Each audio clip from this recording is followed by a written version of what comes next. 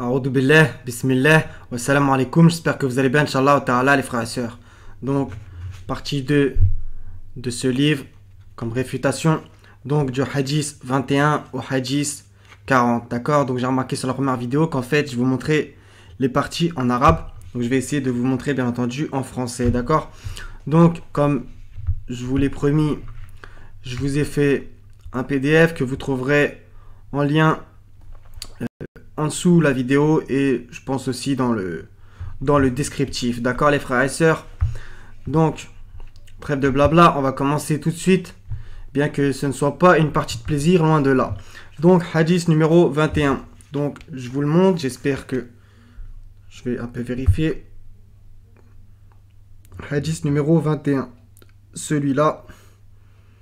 Donc, d'après Abu Huraira, comme d'habitude, l'envoyé de Dieu, soi-disant, a dit, tandis que Job se lavait nu. Ok, vous voyez?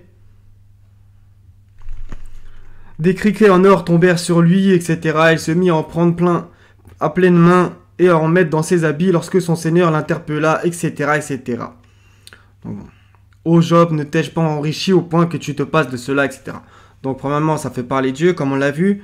Et deuxièmement, la gravité fait que ça parle de la nudité de Job. Donc, on va pas faire les pudibons, c'est pas ça le problème. Voilà, quand on va à la douche, on est tous nus, etc. Même Allah parle de la nudité d'Adam et Ève dans le Coran, il n'y a aucun problème avec ça. Néanmoins, c'est un classique des hadiths de parler de pipi, caca, sperme et de nudité. Oui, comme par exemple l'hernie testiculaire de Moïse, etc. Dire que Mohammed faisait pipi assis, caca sur 2 briques, le sperme sur ses vêtements, etc., etc. Donc vous voyez où ça veut en venir. Donc aucune mention que les portes du paradis. Non. Hadith parlant de la nudité de Job. Job, comme d'habitude dans Bukhari, pipi, caca, sperme. Hadith en plus de n'avoir aucune utilité, mais une image visuelle du prophète Job étant nu. Le culot de ces recueils de hadiths fait qu'il y a des hadiths disant la pudeur fait partie de la foi. Oui, oui. Et de l'autre côté, nous parler de la nudité des prophètes jusqu'à leur façon de faire leurs besoins. Comme je vous l'ai dit, exemple, ne tenez pas votre verge de la main droite, par exemple. Ça, c'est aussi dans Bukhari, d'accord? Ne tenez pas votre verge de la main droite, soi-disant, Mohammed aurait dit ça là-dedans. D'accord? Et la pudeur fait partie de la foi, c'est aussi dans Muslim, par exemple, d'accord? Donc, comme d'habitude, la religion de la contradiction. Hadith numéro 22. Je vais faire des vérifs parce que comme ça, 22, c'est celui-là. Donc, d'après Abu Huraira, l'envoyé de Dieu, soi-disant, a dit, Dieu dira le jour de la résurrection, où sont ceux qui s'aimaient au nom de ma majesté? Aujourd'hui, je les protège de mon ombre le jour où il n'y a d'autre ombre que la mienne. D'accord? Donc, hadith numéro 22. Donc, bien entendu, ça fait encore une fois parler Dieu, comme le segment où sont ceux qui s'aimaient au nom de ma majesté, etc. D'accord? Donc, hadith n'ayant aucun intérêt dans le sens que des versets coraniques sont bien plus beaux. Normal. Donc, par exemple, je vais citer juste des segments, hein, comme ça la vidéo sera pas ultra longue, j'espère, Inch'Allah. Et de toute façon, je vous ai mis le PDF. Donc, il y a le segment du 265. Or, les croyants sont les plus ardents en l'amour d'Allah, d'accord? Vu que justement, ça parle de s'aimer au nom de ma majesté, d'accord? Donc, 19,96, super beau verset. À ceux qui croient et font de bonnes œuvres, le tout miséricordieux accordera son amour. J'ai oublié de dire, A'oudou billahi minash shaitanir rajim, bismillah. 11,90, et implorez le pardon de votre Seigneur et repentez-vous à lui. Mon Seigneur est vraiment miséricordieux et plein d'amour. Celui-là aussi, particulièrement magnifique. On passe au hadith 23. Donc, je vais faire à chaque fois la vérif parce que je crois que c'est celui-là. D'accord? Donc, d'après Abu Huraira, mettez sur pause si vous voulez lire. Je mettrai la page d'après. D'après Abu Huraira, soi-disant, l'envoyé de Dieu a dit, soi-disant, lorsque Dieu aime un de ses serviteurs, il appelle Gabriel et lui dit, j'aime un tel, aime-le donc. Alors Gabriel l'aime et appelle les habitants du ciel en disant, Dieu aime un tel, alors aimez-le. Et tous les habitants du ciel l'aiment, etc., etc. Je vous montre la deuxième partie du hadith. Mettez sur pause si vous avez envie. D'accord? Donc, une fable qui n'a rien de coranique, bien que Bien entendu, à Allah, rien d'impossible. Comme, bien entendu, Allah est capable de dire à Gabriel certaines choses. Il n'y a aucun problème, bien entendu. Mais sans preuve coranique, ce sont donc des conjectures. Les versets ci-dessous où Gabriel apparaît réellement dans le texte coranique. Donc, dans le Sourate 2, versets 97 et 98, donc je vais réciter que des segments, dit quiconque est ennemi de Gabriel, etc., etc. Dans le 98, quiconque est ennemi d'Allah, de ses anges, de ses messagers, de Gabriel et de Michael.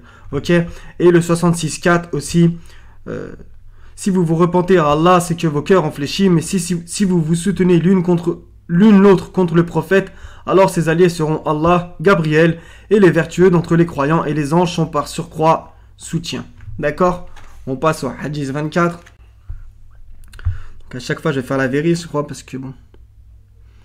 C'est celui-là. Donc, d'après qui? Comme d'habitude, Abu Huraira, l'envoyé de Dieu, soi-disant, a dit: Dieu saisira la terre et pliera le ciel de sa main droite. Puis il dira: je suis le roi. Où sont donc les souverains de la terre? Dans Bukhari, d'accord? Donc, bien entendu, le petit segment Dieu saisira la terre et pliera le ciel de sa main droite. Tiens, j'ai oublié un verset. Bismillah, alhamdoulilah, je l'ai retrouvé. Donc, on revient sur le segment Dieu saisira la terre et pliera le ciel de sa main droite. Donc, en fait, c'est un mix de deux versets, ce passage-là, d'accord? Donc, le 2104, le jour où nous plierons le ciel comme on plie le rouleau des livres. D'accord? Donc, lire aussi le reste du verset si vous avez envie, bien entendu. D'accord? C'est ce segment qui nous intéresse particulièrement. Le jour où nous plierons le ciel comme on plie le rouleau des livres. Et là, dans le hadith, Dieu saisira la terre et pliera le ciel. Donc, vous voyez que c'est un plagiat coranique de sa main droite. On va voir que ça aussi, c'est un plagiat coranique. Donc, le 39-67, je vais juste citer un petit segment. Il fera de la terre entière une poignée et les cieux seront pliés dans sa droite. Vous voyez? C'est un plagiat coranique. 5-40. Donc, maintenant, on va passer à propos du segment. Puis il dira: je suis le roi, où sont donc les souverains de la terre? D'accord? Donc le mot roi apparaît plusieurs fois dans le Coran, par exemple dans la sourate 12, etc. Vous le verrez de toute façon si vous faites vos recherches, Inch'Allah, les frères et sœurs. Maintenant, on va s'occuper du mot royauté qui revient à plein de reprises dans le Coran. Donc 5.40 par exemple: ne sais-tu pas qu'à Allah appartient la royauté des cieux et de la terre? On va s'arrêter là. 6.73, à lui la royauté le jour où on soufflera dans la trompe. 916, à Allah appartient la royauté des cieux et de la terre. 1711, qui n'a point d'associé en la royauté. 2388, donc vous avez vu, je récite des petits segments, mais de toute façon je vous les ai mis en entier.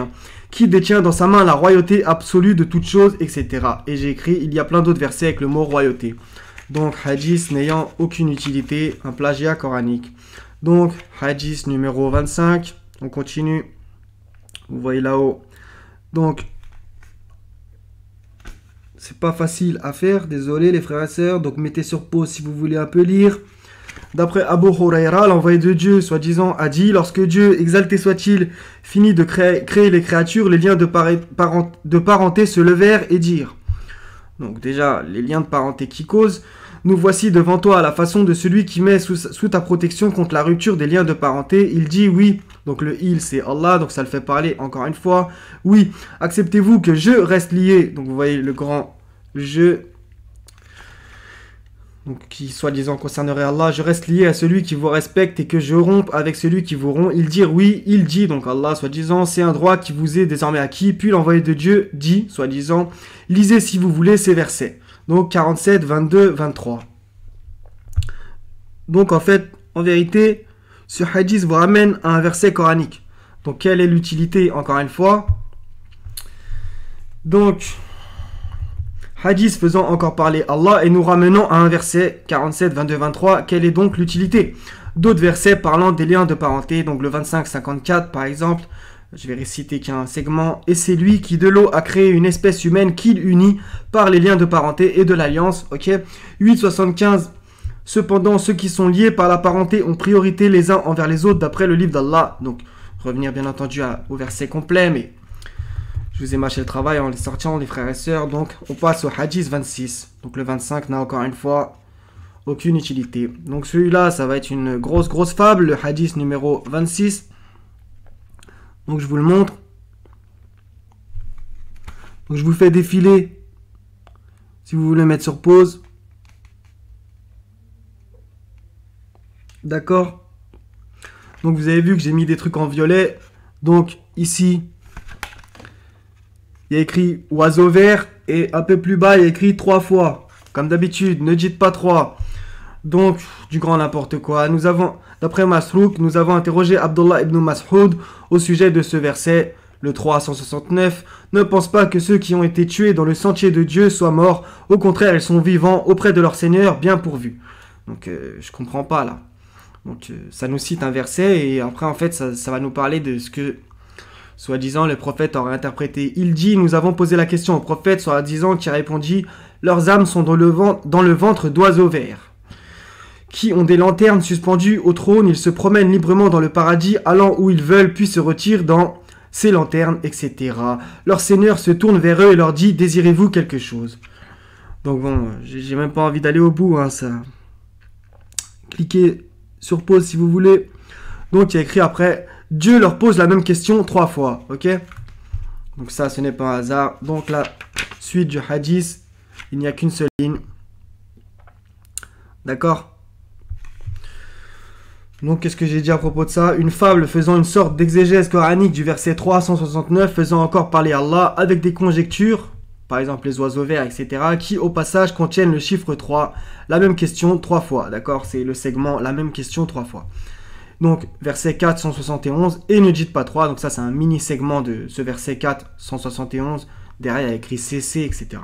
Comme d'habitude, une chose récurrente dans les hadiths, le chiffre 3, rendant les musulmans trinitaires subliminalement, d'accord? Donc, hadith numéro 27. Donc, je vous le montre.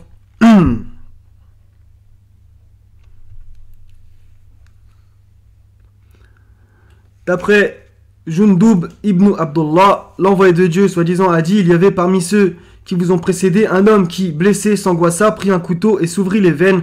Son sang coula et il finit par mourir. Dieu Tout-Puissant dit... Ok, donc je ne l'ai même pas mis en violet en vérité, alors qu'il faut encore parler de Dieu. Mon serviteur a pris l'initiative d'en finir avec la vie, je lui interdis le paradis. D'accord? Donc, hadith parlant du suicide, faisant parler Allah, je cite, mon serviteur a pris l'initiative d'en finir avec la vie, je lui interdis le paradis. D'accord? Une phrase qui n'est bien entendu pas dans le Coran, le verset qui pourrait aller dans ce sens, c'est-à-dire dans le sens de pas se suicider, avec le segment en gras serait celui-ci. Donc, revenir à tout le verset si vous avez envie, donc je vous l'ai mis, 4, 29, et ne vous tuez pas vous-même. Mais bien entendu, si on ne lit pas le reste du verset, ça change un peu la donne. Ainsi que d'autres versets parallèles à j'ai écrit multisens sûrement, d'accord? Donc 17, 33, et sauf en droit, ne tuez point la vie qu'Allah a rendue sacrée, d'accord? Quiconque est tué injustement, alors nous avons donné pouvoir à son proche, que celui-ci ne commette pas d'excès dans le meurtre, car il est déjà assisté, d'accord? Donc 25, 68, qui n'invoque pas d'autre Dieu avec Allah et ne tue pas la vie qu'Allah a rendue sacrée, sauf à bon droit, etc., etc., d'accord? Donc quand même, Allah a rendu la vie sacrée, et ne vous tuez pas vous-même, etc., d'accord? Et bien entendu, il y a aussi parallèlement, ainsi que ce style de verset, entre parenthèses, il y en a plein, c'est lui qui donne la vie et qui donne la mort, et c'est vers lui que vous serez ramenés, 10, 56, d'accord? Vu que c'est Allah qui donne la vie et la mort, il ne faut pas se la donner. Et qu'Allah nous préserve, les frères et sœurs. Donc, hadith numéro 28. D'accord? Donc, d'après Abu Huraira, soi-disant,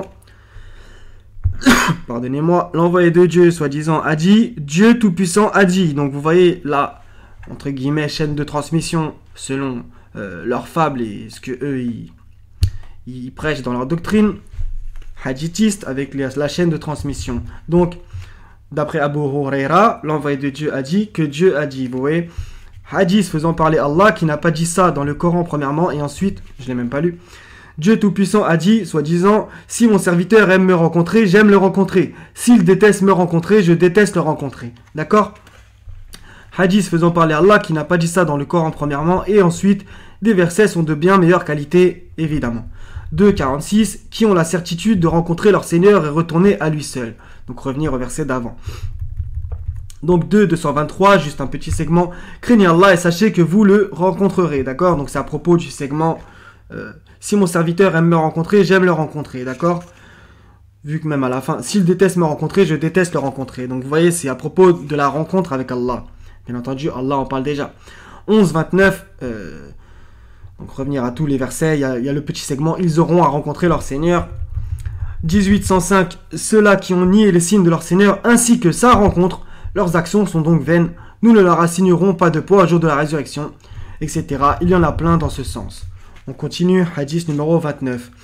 Donc, comme d'habitude, d'après qui? C'est celui-là. Abu Huraira. D'accord? L'envoyé de Dieu, soi-disant, a dit, un homme a dit, par Dieu, Dieu ne pardonnera pas un tel. Là, on voit écrit quoi? En violet. Dieu Tout-Puissant dit, donc ça fait encore une fois parler Allah, quel est celui qui jure par moi que je ne pardonnerai pas à un tel? En vérité, je lui pardonne et je réduis à néant tes, entre parenthèses, regardez, tes bonnes actions. Donc au mec qui a dit, par Dieu, Dieu ne pardonnera pas à un tel, d'accord? Donc en gros, c'est comme si la chose se retournait contre lui, hein, un effet boomerang un peu. Hadith faisant parler Allah, et des versets sont encore une fois bien meilleurs à propos du pardon de Dieu, ou le fait qu'il ne pardonne, j'ai mis entre parenthèses, pardonnera pas, donc pardonne ou pardonnera pas. D'accord? Donc 335, on va le réciter en entier. Et pour ceux qui, s'ils ont commis quelque turpitude ou causé quelque préjudice à leurs propres âmes, se souviennent d'Allah et demandent pardon pour leurs péchés, et qui est-ce qui pardonne les péchés sinon Allah, et qui ne persiste pas sciemment dans le mal qu'ils ont fait. J'aime beaucoup cette phrase, et qui est-ce qui pardonne les péchés sinon Allah. D'accord? 63, 6, à propos des hypocrites, c'est égal pour eux que tu implores le pardon pour eux ou que tu ne le fasses pas. Allah ne leur pardonnera jamais, car Allah ne guide pas les gens pervers, d'accord? Donc là, il y a la promesse, entre guillemets, enfin, comment dire, la demande de pardon de quelqu'un, donc de nous tous, et Allah dit, et qui est-ce qui pardonne les péchés sinon Allah? Et dans le 63.6, même si tu demandes pardon pour les hypocrites, Allah ne leur pardonnera jamais. D'accord? En implorant le pardon pour eux. 39.53. Je vais citer qu'un segment. Ne désespérez pas de la miséricorde d'Allah, car Allah pardonne tous les péchés. Oui, c'est lui le pardonneur. Bien entendu, c'est son attribut, le pardonneur. D'accord? Donc, par contre, je suis obligé de faire un petit passage là-dessus. Le petit segment, car Allah pardonne tous les péchés. Si vous ne faites pas vous ne prenez pas en compte tout le Coran, et que par exemple vous ne lisez que la sourate 39 dans votre vie, vous aurez peut-être la sensation que Allah pardonne tous les péchés. Donc bien entendu, il faut revenir et essayer de prendre tout le Coran en compte, sinon on pourrait penser que Allah pardonne tous les péchés. On va voir que non. 9,80, bien que si on s'y repent avant de mourir, Allah s'occupera comme il désire de notre cas, d'accord? Que tu demandes pardon pour eux ou que tu ne le demandes pas, et si tu demandes pardon pour eux 70 fois, Allah ne leur pardonnera point. 9,80. Donc justement, revenir au verset d'avant pour voir qui ça concerne. 24-22, un petit segment, qu'il pardonne et absolve. N'aimez-vous pas qu'Allah vous pardonne, et Allah est pardonneur et miséricordieux. D'accord? Donc bien entendu, miséricordieux, c'est le premier verset du Coran. Au nom d'Allah, le tout miséricordieux, le très miséricordieux, Surat al-Fatiha, d'accord? Et le pardon, que Allah est pardonneur, etc., ça revient à maintes et maintes reprises dans le Coran, bien entendu. 4,48, certes, Allah ne pardonne pas qu'on lui donne quelque associé, d'accord? Donc là, il y a le non-pardon.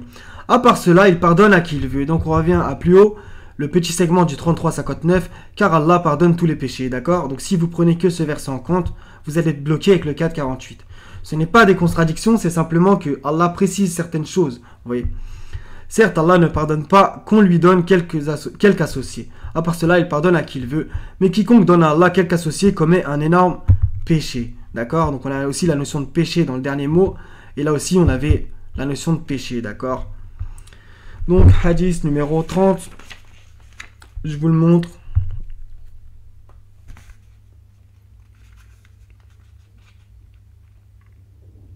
Pas facile. Donc d'après, comme d'habitude, Abu Huraira, l'envoyé de Dieu, soi-disant, a dit, un homme commis de grands péchés contre lui-même, et quand la mort vint à lui, il recommanda à ses fils, quand je serai mort, brûlez-moi, puis broyez-moi et dispersez, entre parenthèses, mes cendres dans la mer. Car, par Dieu, si mon Seigneur prend possession de moi, il me punira comme il n'a jamais puni personne. Ils firent comme il avait dit, alors Dieu dit à la terre, produis ce que tu as pris. Et voilà l'homme ressuscité. Dieu lui dit, donc vous voyez ici, attendez, ah là là, Je l'ai mis en violet de toute façon. Hein. Dieu lui dit, donc ça fait parler Dieu, qu'est-ce qui t'a poussé à agir de la sorte? Il dit, c'est la crainte envers toi, ô mon Seigneur. C'est à cause de cela qu'il lui pardonna. D'accord? Donc, hadith parlant de la crainte du Seigneur, parce que voilà, ce mec, il a craint Dieu quand même, on va dire. La crainte du Seigneur qui au final se retrouve récompensée alors que l'acte de base, entre parenthèses incinération et, entre parenthèses, selon votre interprétation et votre vision, plus ou moins blâmable. Donc c'est pour ça, je vous laisse quand même interpréter comme vous le voulez. Bien que moi, je suis pas d'accord avec le fait d'incinérer, mais bon bref. Hadith faisant parler Allah, encore une fois, sans aucune mention coranique. D'accord? On pourrait dire d'autres choses, mais d'accord. Hadith numéro 31. Au passage, il y a une coquille sur cette page qui est assez intéressante. Je sais pas si vous la voyez. Donc, selon Aïcha, regardez, regardez, je vous zoome vraiment. Il y a entre parenthèses un G. C'est étrange. Le prophète, soi-disant, a dit « Oh, vous les gens, commandez le bien et interdisez le mal avant que vous m'invoquiez et que je ne vous exauce pas. » Donc là, en fait, ce hadith est déjà un mensonge, puisque vous regardez, lisez-le. C'est très très facile de le comprendre. Donc là, selon eux, la chaîne de transmission, c'est Aïcha. Ensuite, le prophète, khalas, il n'y a pas écrit que Dieu a dit, selon leur délire. Hein. Et regardez, oh vous les gens, commandez le bien et interdisez le mal avant que vous, je vous le zoome, m'invoquiez avec un grand M. Un peu plus bas, un peu plus loin, et que je avec un grand J. Donc en gros, c'est comme si Allah parlait. Vous voyez, ça c'est les majuscules de majesté divine. D'accord? Donc selon la chaîne de transmission, selon leur fable, il n'y a pas écrit selon Aïcha, le prophète a dit que Dieu a dit. Contrairement à ce qu'on a déjà vu dans les précédentes vidéos, et par exemple dans le hadith 28. Vous voyez? Ici, Abu Huraira, l'envoyé de Dieu, a dit, Dieu Tout-Puissant a dit. Vous voyez? Donc ce hadith est complètement mensonger et c'est une hérésie. Ça fait au passage parler le prophète comme s'il parlait comme Dieu. Vous voyez, hadith 31. Hadith avec pour, entre parenthèses, chaîne de transmission, soi-disant Aïcha et le prophète, et Allah n'apparaît pas dans cette, entre parenthèses, chaîne de transmission. Et pourtant, le hadith contient des phrases qui sous-entendent que c'est Allah qui parlerait, telles que avant que vous m'invoquiez avec un grand M. Donc, hadith mensonger, pas étonnant non plus. Hadith numéro 32. Donc, je vous montre le bas, ça commence par le bas. C'est pas facile de vous montrer, les frères et sœurs. Donc, vous voyez qu'après j'ai mis en violet Dieu dit. Donc ça va faire parler de Dieu encore une fois. Un serviteur commis un péché, puis dit Seigneur, j'ai commis un péché. Accorde-moi ton absolution. Dieu dit, soi-disant, alors mon serviteur a commis un péché et il a conscience qu'il a un Seigneur qui peut le réprimander ou lui absoudre son péché. Bon, en vérité, ça me gonfle franchement de relire ça que j'ai déjà fait. Donc je vous le mets là. Mettez sur pause si vous avez envie, les frères et sœurs.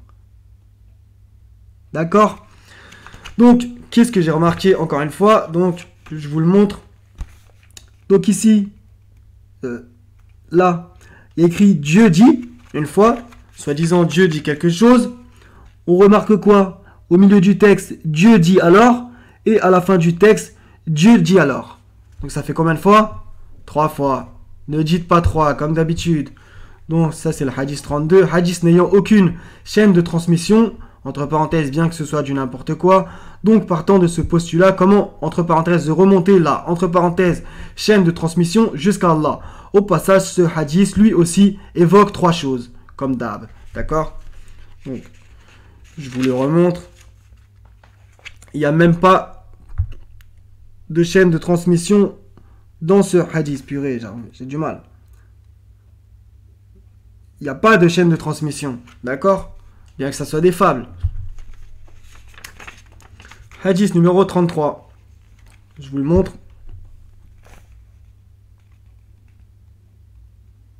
Oh là là. J'espère que vous voyez correctement. Donc, soi-disant, Anas a dit, soi-disant, j'ai entendu l'envoyé de Dieu dire, Dieu a dit. Ok, donc là, c'est clair, net et évident. Vous voyez, soi-disant, je l'ai mis entre violets. Hein. Dieu a dit, d'accord? Donc ça fait encore une fois parler Dieu. Ô fils d'Adam, tant que tu m'invoques et place en moi ton espoir, donc au passage, je vous le dis là, vous le voyez, Par exemple, il y a un grand M. Et il y a deux grands M, m'invoque et moi. Donc vous voyez que ça s'attribue à Dieu. D'accord? Comme on a vu juste avant, je l'ai déjà dit, d'accord? Ô fils d'Adam, tant que tu m'invoques et places en moi ton espoir, je te pardonnerai quoi que tu aies fait et ne m'en soucie pas. D'accord? Donc là, le petit segment, quoi que tu aies fait, surtout, je te pardonnerai quoi que tu aies fait, il y a déjà un problème. Ô fils d'Adam, si tes péchés atteignaient les nuages des cieux et qu'ensuite tu sollicitais mon pardon, je te l'accorderai. Ô fils d'Adam, si tu te présentes devant moi avec autant de péchés que peut en contenir la terre et qu'ensuite tu me rencontres sans rien associer à mon culte, donc là on va voir, je t'apporterai un pardon équivalent. Je vous le montre, la fin du hadith, mettez sur pause. Donc, il y a quand même une contradiction évidente. Je te pardonnerai quoi que tu aies fait et je ne m'en soucie pas. Pour, après, dans la suite du hadith, tu me rencontres sans associer à mon culte. Vous voyez, il y a un problème. Comme on a vu avec les versets précédents, certes, Allah pardonne tous les péchés, sauf qu'on lui donne quelque associé. D'accord? Donc, il y a un énorme problème. Hadith 33, hadith faisant encore parler Allah, alors que les choses mentionnées sont dites d'une bien meilleure manière coraniquement, à propos du culte exclusif et de l'association par exemple. D'accord? Donc revenir à tous les versets, les frères et sœurs. Hadith numéro 34. Je vous le montre. Pas facile, hein? Donc comme d'habitude, d'après Abu Huraira, le prophète soi-disant a dit: notre Seigneur exalté soit-il descend chaque nuit au ciel le plus proche. Donc ça, c'est un hadith ultra connu. Il nous le sort sans cesse. Vous en avez bouffé sûrement de ce hadith. Au dernier tiers de la nuit, et il dit: qui est en train de prier que je lui réponde? Qui demande quelque chose que je lui accorde? Qui demande miséricorde que je lui pardonne? D'accord? Au passage, le petit segment qui est en train de prier que je lui réponde, je vous trouve le verset, bien que je l'ai en tête. Bismillah, c'est le 286, bien entendu, tout le monde le connaît, je pense. Et quand mes serviteurs t'interrogent sur moi, alors je suis tout proche, je réponds à l'appel de celui qui me prie quand il me prie, qu'il réponde à mon appel et qu'il croit en moi afin qu'il soit bien guidé. Un verset splendide. Au passage, il y a bien la mention « alors je suis tout proche », d'accord? Et, soi-disant, dans ce hadith, il y a aussi la notion de, soi-disant, Allah descend chaque nuit au ciel le plus proche, donc c'est intéressant, la notion de proche, au dernier tiers de la nuit, et il dit « qui est en train de prier que je lui réponde », d'accord? Donc Allah, il dit bien juste en dessous, juste après, je réponds à l'appel de celui qui me prie quand il me prie. D'accord? Au passage, il y a écrit au dernier tiers de la nuit. Dernier tiers, c'est un tiers, c'est-à-dire 3 au passage.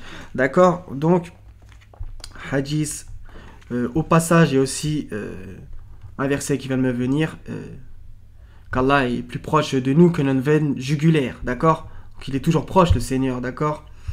Donc on revient sur ce que j'ai écrit, hadith 34, hadith disant que le Seigneur descend chaque nuit au ciel le plus proche, chose qui n'existe pas dans le Coran premièrement. Ensuite il y a un verset où Allah dit, 210, qu'attendent-ils sinon qu'Allah leur vienne à l'ombre des nuées, de même que les anges, et que leur sort soit réglé. Et c'est Allah que toute chose est ramenée. D'accord? Ainsi que ce que j'ai dit dans cette vidéo. Hadith 35, il y a pas mal de choses à dire. Ah ouais, celui-là, il est ultra balèze. Donc je vous le montre, il commence en arabe. Il n'y a même pas la traduction qui commence tellement il est long. Ok. Donc c'est celui-là.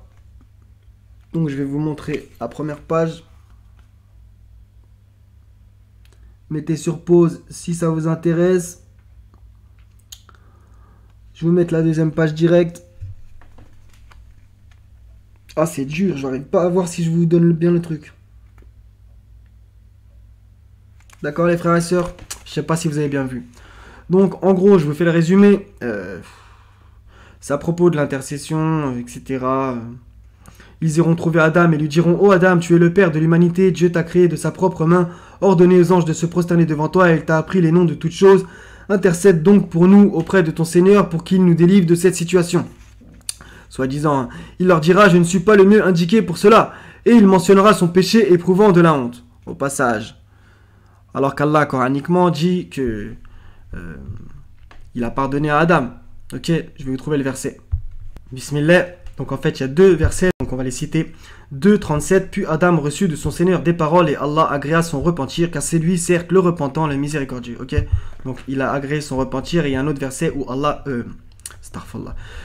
Adam demande pardon justement. En vérité, c'est pas juste ce que j'ai dit, parce que justement, d'ailleurs, c'est intéressant au passage que j'ai fait cette erreur. Cela ne connaît même pas d'erreur. C'est que c'est Adam et Ève qui ont demandé pardon.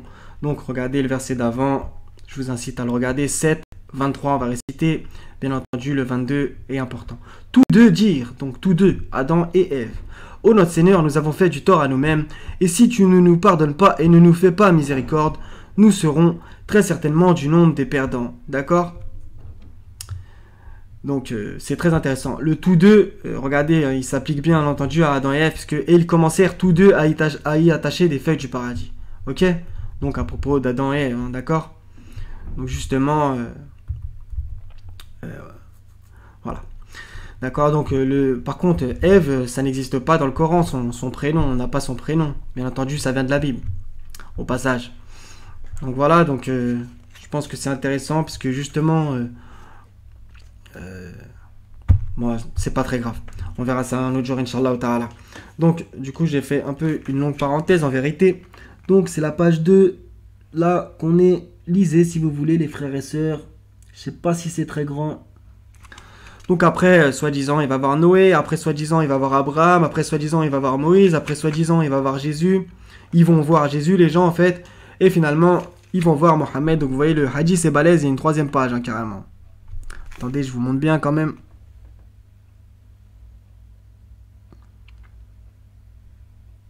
Donc, je sais pas si vous voyez très bien. Donc voilà, je ne suis pas le mieux indiqué pour cela. Allez voir Mohammed. Ça, c'est soi-disant Jésus qui dit ça. Un serviteur à qui Dieu a pardonné ses erreurs tant passées que futures. Ça, c'est faux. Coraniquement, là-haut, vous voyez, ce n'est pas erreur. C'est afin qu'Allah te pardonne tes péchés passés et futurs. Je vous le trouve, c'est dans la sourate 48 de mémoire.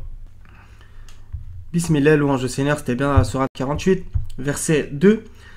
Donc le verset 1, on va le lire aussi. En vérité, nous t'avons accordé une victoire éclatante afin qu'Allah te pardonne tes péchés passés et futurs. Ok? On peut lire le reste aussi. D'accord? Donc là, il y a écrit péché. Eux, ils disent erreur. Donc vous voyez, hein, ça c'est... Ce n'est pas un hasard. Ils ont vraiment du mal à reconnaître ce qu'il y a réellement dans le livre. Puisque ces gens-là, avec ça là, avec ce genre de livre, crachent sur Mohammed et l'idolâtre en même temps. Oui, oui. Oui, oui. Et le font passer pour un faux prophète, bien entendu. C'est ça, qu'est-ce qu'il faut comprendre entre les lignes de Bukhari, Muslim, etc. Oui, oui. Et en même temps, ils l'idolâtrent. Donc, ils ont du mal à reconnaître que Mohammed a péché. Et alors, on est tous des pécheurs. Donc, Allah dit justement, si Allah s'en prenait aux gens pour leurs méfaits, il ne laisserait sur la terre aucun être vivant. D'accord? Donc, bon. Ça ne veut pas dire que... Bref, eux, ils ont la sensation que si on dit que Mohammed a péché, on est des fous. Bah, il y a écrit dans le Coran, afin qu'Allah te pardonne tes péchés passés et futurs. Et alors, Allah lui a dit, et tu auras certes une récompense ininterrompue, etc. Mohammed devait dire, je ne sais pas ce que l'on fera de moi ni de vous, etc. Et alors, 66 verset 1, pourquoi t'interdis, ô prophète, pourquoi t'interdis-tu ce qu'Allah t'a rendu licite, etc., etc. Il y a même dans une autre sourate qu'Allah te pardonne, etc., etc. Il n'y a aucun problème. Donc, je fais quand même des grosses parenthèses. Donc, après, c'est soi-disant Mohammed qui parle, soi-disant. Ils viendront alors me trouver. Je demanderai à ce moment audience à Dieu qui agréera ma demande. Donc, vous voyez, lorsque je verrai mon Seigneur, je tomberai en prosternation devant lui. Je demeurerai ainsi le temps que Dieu voudra, etc., etc., etc. Il y a aussi un segment très très bizarre. Je conduirai... Regardez. Qu'il m'inspirera, donc Dieu, et j'intercéderai, mais je ne pourrai dépasser les limites qui me seront fixées quant aux personnes qui bénéficieront de mon intercession. Jusqu'ici, on va dire tout va bien. Je conduirai ceux-ci au paradis et reviendrai auprès de mon Seigneur, faisant la même demande que la première, et l'on fixera des limites à mon intercession. Donc là, il y a quand même écrit... Je conduirai ceci au paradis. D'accord? Donc c'est très très... Donc qu'est-ce que j'ai écrit à propos de ce hadith numéro, je sais même plus combien, tellement il est balèze. Hadith numéro 35. Je suis à combien de minutes déjà? 35 minutes, subhanallah. Donc, une fable parlant de l'intercession que, entre parenthèses, selon eux, Mohammed fera, après que multiples envoyés refusent, entre parenthèses, c'est ce que le texte dit quand même, il se renvoie la balle, comme je l'ai mis un peu plus bas. Noé, Abraham, Moïse, Jésus, mais j'aurais dû mettre Adam en vérité, car on va dire, ils ne peuvent pas, selon le hadith, entre guillemets, hein, ils ne peuvent pas. C'est ce que disent les réponses que eux ils disent, soi-disant. Alors que Mohammed pourra intercéder, hadith prônant l'intercession à l'image d'autres hadiths, où du coup les musulmans demandent parfois, entre parenthèses souvent pour certains, l'intercession de Mohammed dans leur prière. L'intercession, j'ai fait une faute, est un sujet assez compliqué, bien entendu. Il y a bien des versets qui en parlent, néanmoins il faut tous les réunir pour comprendre la chose. Ensuite, concernant le fait que chacun, entre parenthèses, se renverra la balle, c'est ce qu'on comprend avec ce hadith, ils se renvoient tous la balle jusqu'à Mohammed. Jusqu'à Mohammed, ça contredit, je trouve, certains versets à propos du témoin de chaque communauté. Oui. 4.41, comment seront-ils quand nous ferons venir de chaque communauté un témoin et que nous te ferons venir comme témoin contre ces gens-ci? Donc, à partir du nous te ferons venir, entre le te et le feront, ils mettent tout le temps la parenthèse Mohammed. Donc là, je l'ai enlevée parce qu'elle ne fait pas partie du texte, bien qu'en vérité, elle n'est pas fausse, voire même elle est vraie en vérité. D'accord? 16.84, le jour où de chaque communauté nous susciterons un témoin, on ne permettra pas aux infidèles et on ne leur demandera pas de revenir. D'accord? Donc il y en a plusieurs que j'ai mis, d'accord? Donc 16.89 et 28.75, je vous laisse le lire. Hadith numéro 36. Donc je vous le montre. Ça commence ici. Mettez sur pause. Donc franchement, je vous ai mis sur pause. Je vous l'ai mis comme ça, vous mettez sur pause. C'est franchement illisible. En fait, en gros, soi-disant, Dieu créa Adam à son image et lui conféra une taille de 60 coudées. Ok? Au passage, la mention, j'avais pas vraiment remarqué. Dieu créa Adam à son image. Ça, si ça, c'est pas un plagiat biblique, bref. Après, un peu plus loin, vous voyez sur la deuxième page, je sais pas si vous voyez bien. Soi-disant, il y a le petit segment. Tous ceux qui entreront au paradis auront à l'image d'Adam et seront à l'image d'Adam et auront sa taille. Donc j'ai juste écrit conjecture sur la taille d'Adam. Ok. J'aurais pu mettre aussi plagiat biblique à propos du mot image. Ok. Dieu créa Adam à son image. Ok. Plagiat biblique bien entendu, que tout le monde connaît, même des gens qui ne sont pas religieux. Hadith numéro 37. Donc celui-là aussi, je vous le montre.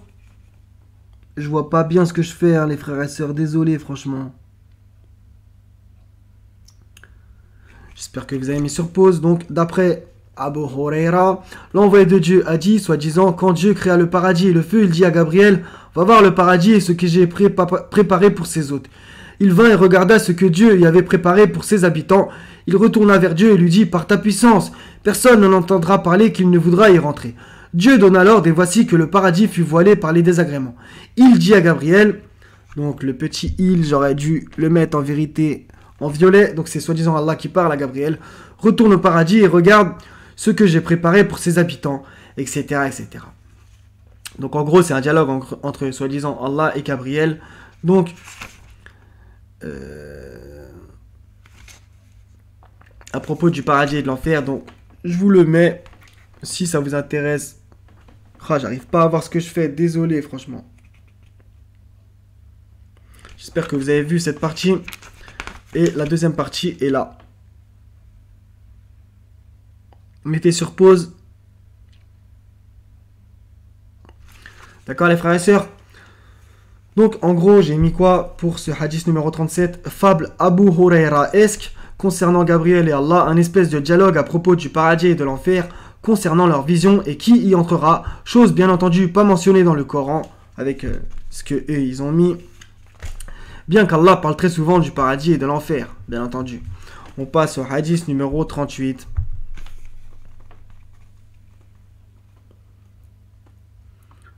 Donc vous voyez, selon Abu Saïd al-Khudri, l'envoyé de Dieu a dit, soi-disant, mettez sur pause les frères et sœurs, Et vous voyez tout en bas, j'ai mis là, j'ai surligné, toi, dit Dieu. Donc, en vérité, Dieu parle dans ce segment à l'enfer. Donc, une discussion s'éleva entre le paradis et l'enfer. Donc, maintenant, ils jactent ensemble. Donc, bien entendu, on va voir qu'il y a un verset coranique où Allah parle à l'enfer et l'enfer parle. Il n'y a aucun problème. Maintenant, la discussion entre le paradis et l'enfer, c'est pas coranique. Pourquoi, dit le paradis, n'entre-t-il chez moi que les faibles et les humbles? L'enfer dit, pourquoi j'ai spécialement les orgueilleux et les gens hautains? On va s'arrêter un petit peu sur les orgueilleux. On verra que c'est encore un plagiat coranique. Toi, dit Dieu à l'enfer, tu es mon châtiment, et c'est par toi que je châtie ceux de mes serviteurs que je veux, tandis que toi, continua-t-il. Je vous montre la page, si vous voulez. Continua-t-il en s'adressant au paradis. Donc ça, je l'ai mis en violet. C'est Allah, soi-disant, qui parle au paradis. Tu es ma miséricorde, et c'est par toi que je me montre miséricordieux envers ceux de mes serviteurs que je veux. Chacun de vous sera plein. D'accord? D'ailleurs, il y a un verset que j'ai oublié. Très certainement, j'empirerai l'enfer de djinns et d'hommes réunis. D'accord? Donc, hadith numéro 38. Il y a plusieurs segments qui vont nous intéresser. Hadith faisant parler l'enfer et le paradis avec Allah. Bien que certaines choses, j'aurais pu mettre aussi faisant parler l'enfer et le paradis ensemble, tout court. Bien que certaines choses ne soient pas fausses, on va le voir, ce hadith n'est pas utile. Coraniquement, nous avons déjà un dialogue comme ceci, par exemple. 50-30, le jour où nous dirons à l'enfer, es-tu rempli? Ok, il y a aussi cette notion de chacun de vous sera plein à la fin du hadith. Ok, chacun de vous sera plein. D'accord? Donc, es-tu rempli? Ça, c'est Allah qui dit ça à l'enfer. Il dira, donc l'enfer, y en a-t-il encore? D'accord? 39-60, et au jour de la résurrection, tu verras les visages de ceux qui mentaient sur Allah assombris. N'est-ce pas dans l'enfer qu'il y aura une demeure pour qui? Les orgueilleux. Donc, on revient au hadith où l'enfer, selon le hadith, dit justement pourquoi j'ai spécialement les orgueilleux et les gens hautains. D'accord? Et on voit aussi, il y a un verset justement au passage, Pharaon était hautain. D'accord? Et voilà ce qui... Tout le monde connaît Pharaon de toute façon. Donc, n'est-ce pas dans l'enfer qu'il y a une demeure pour les orgueilleux? On voit que c'est un plagiat coranique ce hadith. Donc 39-72 dans la même sourate, donc 12 versets plus loin. Entrez, leur dira-t-on, par les portes de l'enfer pour y demeurer éternellement. Qu'il est mauvais le lieu de séjour des orgueilleux. Donc, l'enfer est un peu plus loin, orgueilleux. D'accord? Donc, un plagiat coranique. On est au hadith 39. Louange au Seigneur, ça fait déjà 42 minutes. Subhanallah. Hadith 39. Donc, il y a certaines choses à dire. Donc, je vous le montre.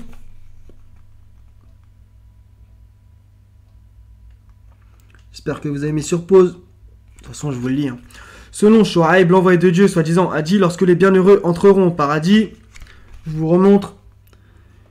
Dieu exalté soit-il leur dira. Donc, encore, ça fait parler Allah. Désirez-vous autre chose? Ils répondront, n'as-tu pas blanchi nos visages? Ne nous as-tu pas introduits au paradis et écartés du feu? Il lève alors le voile. Il ne leur donnera rien de plus cher que la vision de leur Seigneur. Donc ça, c'est des choses qui reprennent le Coran, encore une fois, en moins bien. Hadith parlant des bienheureux qui entreront au paradis, le segment « N'as-tu pas blanchi nos visages ?» Je vous le remontre. Ici, « N'as-tu pas blanchi nos visages ?» J'ai écrit « N'est pas exact, coraniquement, c'est « Tu reconnaîtras sur leur visage l'éclat de la félicité » 83-24, donc c'est à propos de blanchi en fait, ok. Le 3, 106, 107, je récite que des segments au jour où certains visages s'éclaireront. Donc il y a la notion d'éclat, encore une fois, l'éclat de la félicité et là s'éclaireront, alors que blanchi, non. Un peu plus loin, enfin, et que d'autres s'assombriront, un peu plus loin, et quant à ceux dont les visages s'éclaireront, ok. 80-38, ce jour-là, il y aura des visages rayonnants. Donc voilà, donc rayonnants, éclairés, l'éclat de la félicité, etc. Donc c'est quand même un peu différent que blanchi, d'accord? Quant au segment, je vous montre, c'est en deux parties sur deux pages différentes. Quant au segment, il ne leur donnera rien de plus cher que la vision de leur Seigneur. Ok. C'est déjà écrit dans le Coran. Ce jour-là, il y aura des visages resplendissants qui regarderont leur Seigneur. 75, 22, 23. Là aussi, on a la notion de visage resplendissant et non pas blanchi. C'est quand même différent. Resplendissant, éclairé, éclat de la félicité, rayonnant. Je pense que c'est quand même encore un grade au-dessus, d'accord? Qui regarderont leur Seigneur. Donc on a bien la notion de regarder le Seigneur qui est plagié par le hadith. Dernier hadith, bien qu'en vérité, il y en a un hadith numéro 41. Je ne l'ai même pas analysé, mais bon, vu que c'est rempli de versets coraniques et de paroles humaines, mélanger le faux et le vrai, c'est quand même plutôt dégueulasse. Donc, appuyez sur pause, et ensuite, il y a ce segment-là. Ah, j'arrive pas à voir ce que je fais. Peut-être que là, vous voyez correctement, enfin j'espère. D'accord. Donc c'est bourré de paroles humaines entre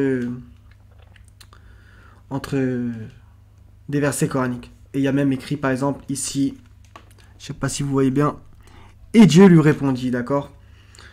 Même à la fin, et Dieu répondit, c'est fait, d'accord. Ça c'était le 41. Donc en vérité, je sais pas pourquoi il y en a 41, d'habitude c'est 40. Donc selon Abu Huraira, comme d'habitude, le hadith numéro 40, le dernier qu'on va étudier. Donc, selon Abu Huraira, l'envoyé de Dieu, soi-disant, a dit, Dieu exalté soit-il, a dit. D'accord, donc je vous le remonte. Donc, selon le hadithisme, voilà la chaîne de transmission, Abu Huraira, Mohammed et Dieu. D'accord. Donc au passage, vous voyez que ça fait 3. Bref. Soi-disant, Dieu a dit, lorsque je reprends à mon serviteur croyant l'âme de celui qu'il aime le plus en ce monde, et qu'il se montre patient dans l'espoir d'obtenir ma récompense, sa récompense ne saurait être autre chose que le paradis. Donc, il y a des choses intéressantes, entre guillemets, dans ce hadith. La chaîne de transmission, c'est ce que j'ai mis entre parenthèses, selon Abu Huraira, l'envoyé de Dieu a dit, un blasphème, alors que cette parole ne se trouve pas dans le Coran, premièrement. Ensuite, le contenu du hadith n'est encore une fois pas une chose mentionnée dans le Coran, bien que le fait de se montrer patient après la reprise de l'âme, selon le segment de celui qu'il aime le plus dans le monde, est évidemment une bonne chose, d'accord? Donc si vous perdez l'être le plus cher que vous avez sur terre, et que la personne, et qu'il se montre patient dans l'espoir d'obtenir ma récompense, est évidemment une bonne chose, ainsi que d'être patient, car Allah est avec les patients. Dans, entre parenthèses, selon le hadith, le segment l'espoir d'obtenir ma récompense est une bonne chose, bien entendu. La promesse du paradis dans le dernier segment n'est bien entendu pas coranique, d'accord? Et quand Allah fait des promesses, Allah ne manque jamais à sa promesse. Donc, ce texte n'étant pas dans le Coran, encore une fois, donc allons-nous nous accrocher à des choses extra-coraniques, alors que le Coran est, selon un verset coranique, un exposé détaillé de toutes choses? Point d'interrogation. D'accord? Donc on a fini. Alhamdulillah Rabbil Alamin. Donc ce PDF, je vous le mets en lien en dessous de la vidéo et dans les commentaires si j'oublie pas. Comme ça, au cas où. Voilà les frères et sœurs, ça sera tout. Donc Inch'Allah Ta'ala, ça vous servira. Des sunnites qui seront tombés sur cette vidéo. Et voilà. Que le Seigneur sorte les sunnites de leur secte le plus possible. Et voilà, l'affaire est entre ses mains. Donc voilà les frères et sœurs, donc soyez bénis, je vous aime tous pour la face d'Allah subhanahu wa ta'ala, wa salamun ala al-mursalin, walhamdulillahi rabbil alamin, la ilaha illa huwa al-hazizul hakim, wa salamu alaikum, wa rahmatullahi wa barakatuh mes frères et sœurs, à la prochaine Inch'Allah ta'ala.